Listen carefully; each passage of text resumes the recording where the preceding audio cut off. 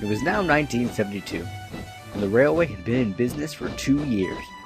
Contracts were signed often, and more engines came to the line. The railway almost seemed to be a fully functioning main line, because of all the engines and work that was done. The line had been growing in territory and in popularity as well. One night, Keith had asked AR to share more of his story about Douglas and his travels. Hey AR, you said that some other time you would share more of your story. Could you share some more tonight? Sure thing, Keith. And please, remind us of the story so far. And so AR began to share his story to his friends.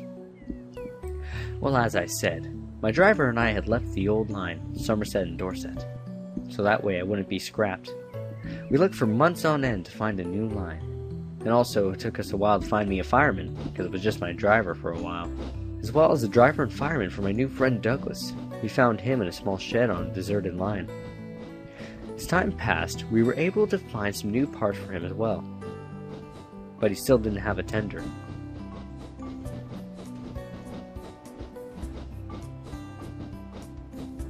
"8 months after we had left Somerset and Dorset, we found a small line surrounded by a small town that would take us in.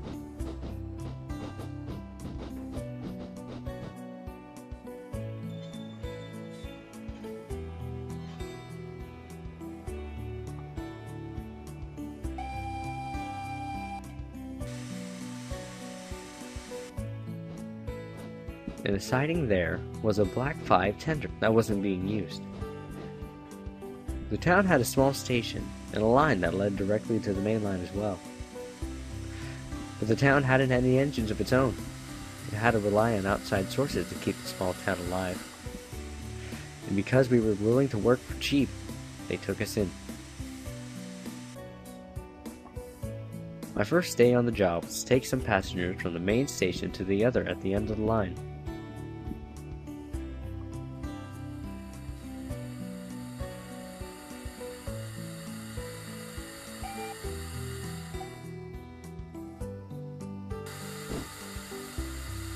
It was a long journey too, but it was easily finished.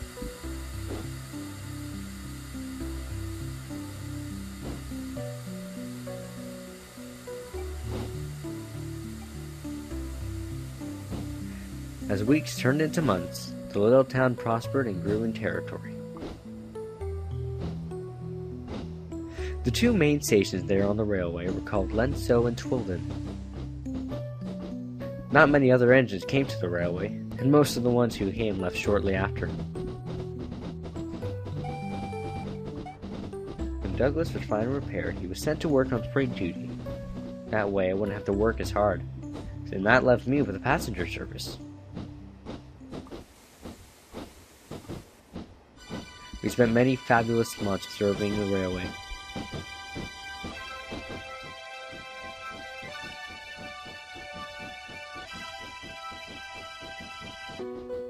In 1952, the snow came early, much too early.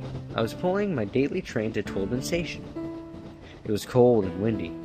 The snow was blowing into my cab constantly. My driver was getting cold. And to make things worse, he was already sick. But he wanted to work anyway. Everyone told him they could easily find a replacement, but he stood his ground. One of the amazing feats I admired about my driver. As we reached the last leg of the journey, my driver collapsed to the floor, which left my fireman in charge. The fireman worked hard and profusely to keep me going and running, and I pushed onward as fast as my wheels would let me, but the lack of a driver slowed me down. When we reached the station, an ambulance was waiting to take my driver to the hospital.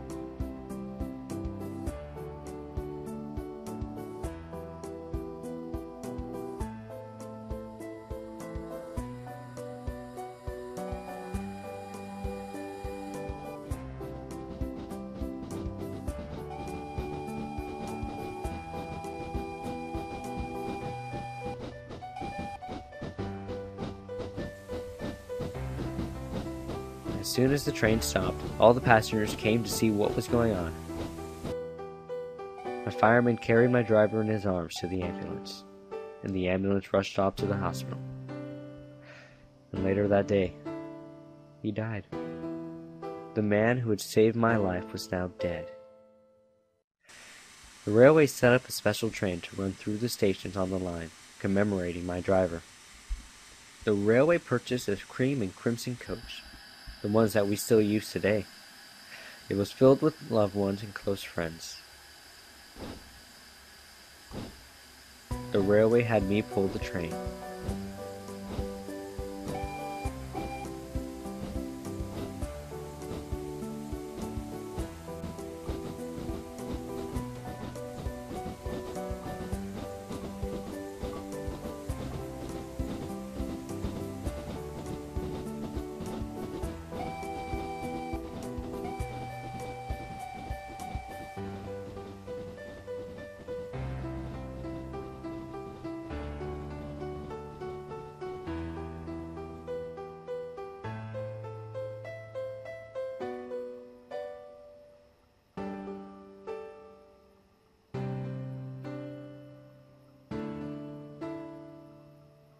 As time passed, we found a driver for me, but we continued to look for someone more suitable, but none were like that of the man who saved me.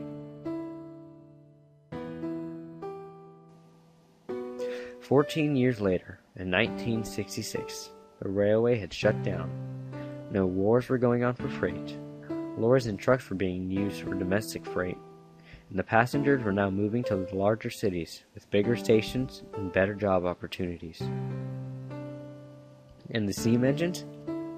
They were almost non-existent. Douglas and I were to be sold, but my boiler had expired, and no one purchased me.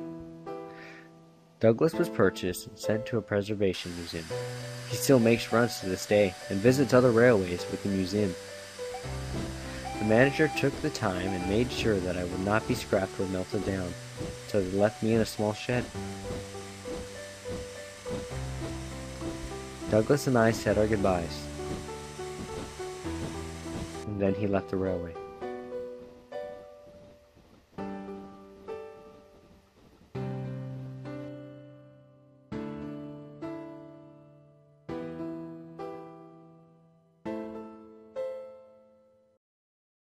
And after 4 years had gone by, the railway was bought, but not just by anyone, but by my driver's son. He always helped his dad run and operate me, and grew fond of me as well. His son loved the railroad and wanted to find me and preserve me once again and keep me running in memory of his father.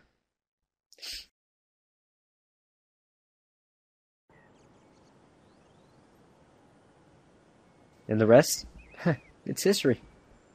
There are many more stories that I could share, but those stories are to share for another time. AR, did your driver seriously die like that? No, I lied. Of course he did. AR, do you think we will survive here at this railway? Do you think it'll shut down again? Don't worry, I'll make sure that doesn't happen. But for now, you all go get to sleep. You have much work to do in the morning.